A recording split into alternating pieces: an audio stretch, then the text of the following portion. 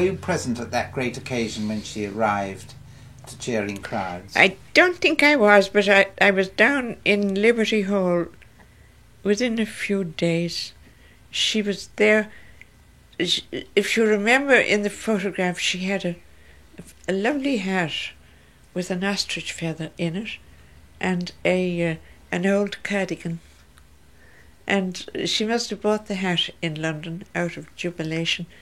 And there she was in this sidecar getting a triumphal journey around Dublin.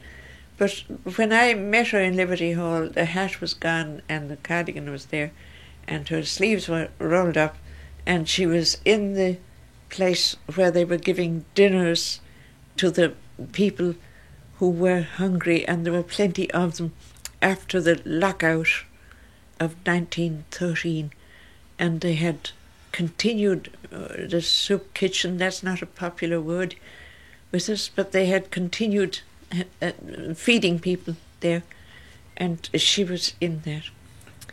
And I had brought some new potatoes from home, and she wrote me a letter of thanks for these potatoes. And when my grandmother saw this or heard about it, she protested to my mother and said this woman was leading young girls to their destruction, and something would have to be done about it. The first announcement was in the paper, in the morning paper, that something had been signed.